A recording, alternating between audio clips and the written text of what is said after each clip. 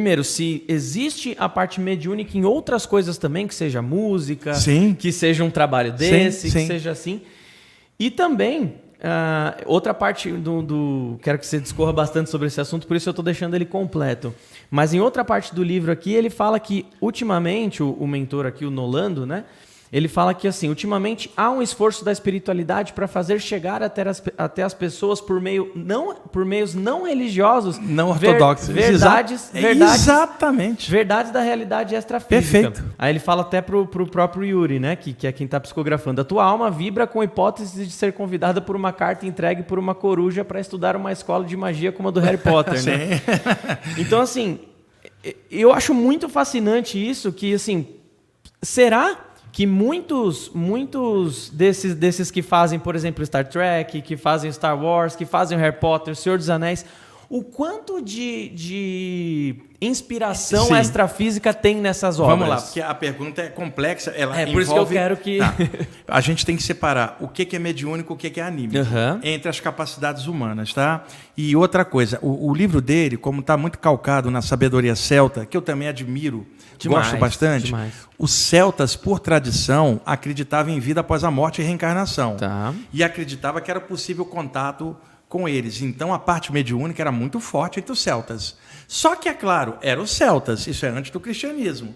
Então, você não tinha um envoltório hoje sobre a mediunidade, como na área espírita ou na Umbanda. Era um envoltório naturalista do povo celta, com a cultura deles lidando aquilo, sem a religiosidade cristã que depois tomaria corpo na Europa. Né? Então, nós temos ali uma mediunidade naturalista, semelhante à do xamã, semelhante à do negro e não semelhante ao branco europeu posterior com o qual a gente se acostumou a interagir. Então, vamos lá.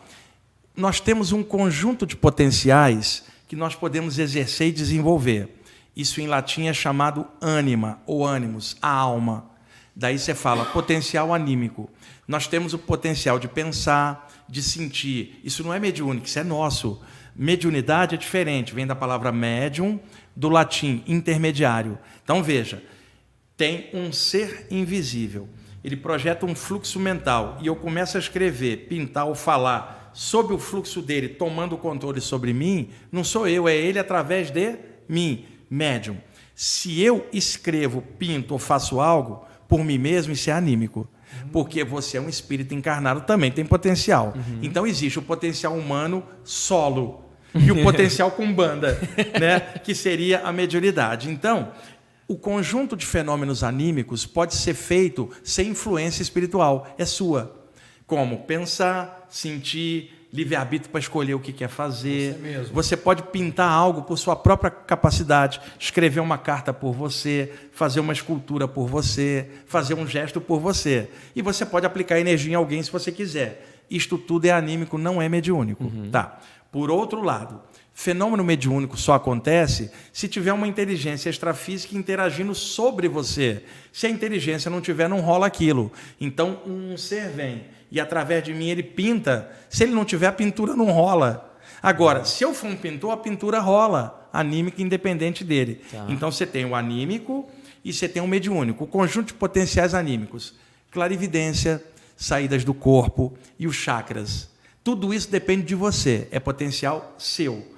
Tanto que um dia você entrou, um dia você vai sair pela morte. O potencial da saída não é mediúnico, ele é anímico. Sim. Agora, existem outros fenômenos que não rolam se não tiver o espírito junto. Psicopictografia, que é a pintura mediúnica, psicografia, que é a escrita, e psicofonia, que é a comunicação falada. Então, você tem de um lado o anímico e você tem do lado o mediúnico. Tá? Algumas culturas antigas trabalhavam só no anímico, como o yoga. Outras culturas trabalhavam mais a inspiração e o mediúnico, os celtas.